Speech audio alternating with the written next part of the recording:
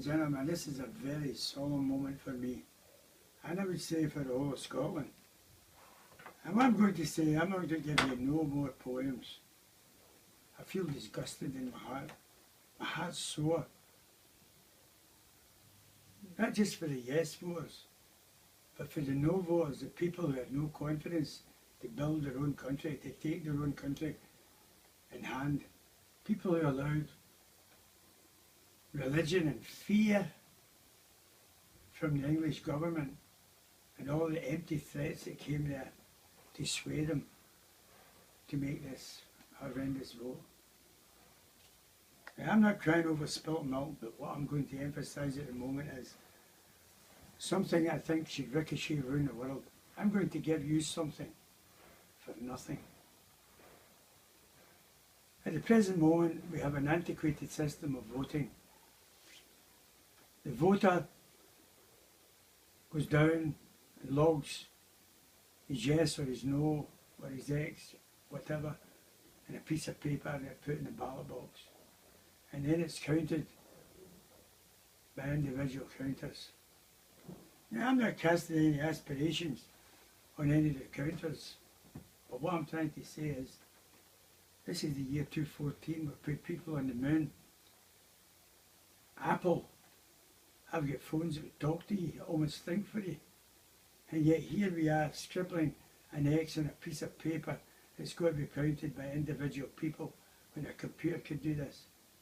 Why don't we press a button, bingo, a yes or a no, and the computer registers it at the same time.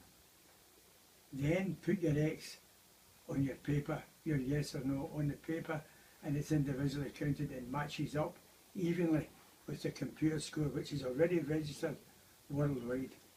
And people know how the scoring is going, honest scoring.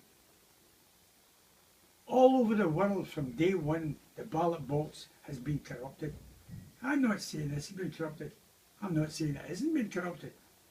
What I'm trying to say is, this is a thing that should not happen. This should be done electronically on the computer. My God, at the present moment you sit and watch a boxing show and they can count the punches. And I want to see this happening for the future, but I said my heart's heavy for Scotland. How you couldn't take it on will baffle me for the rest of my life. How you could listen to the empty threats from people, even from Asda. Asda, a shopping precinct that's out to make money and cut the throats of Morrison, Tesco's, Aldo, etc., etc. Personally, I will never shop in Asda again. Anyway, I'm going to leave it on that note. I have nothing much more to say. But the sadness I feel is not just for me, or for the yes voters, I should say, but for the no voters who brought religion in to sway them, the Union Jack, instead of looking for the future of their children and their children's children. That's all I've got to say. Nothing more. This is a horrendous affair for me and for Alex Salmon. My heart's broke for him and for all the people who assisted him, for all the people who canvassed, for all the yes voters. My heart's broke for them. My heart's broke for Scotland. My God, how many countries have got to war to gain their freedom?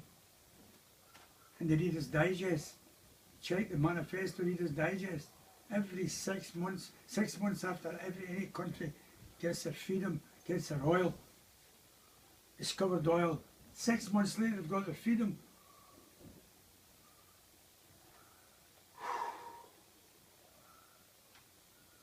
It doesn't make sense. Faslane talked about 5,000 jobs lost. Nonsense. By the time the 5 years was up and they were gone, it could become one of the biggest magnets for shipbuilding in Britain, joined up with the Clyde, and bring back. As for England, if they didn't want it back as China's sitting in my front doorstep now, open to the world markets. They would have backed us. America, they wanted us here so we can have the big bomb here, the nuclear threat here at Faz Lane. If there's a war, I can assure you Scotland will be wiped out first. Not London, not down Plymouth, no. That's all I've got to say. I'm gutted. Thank you.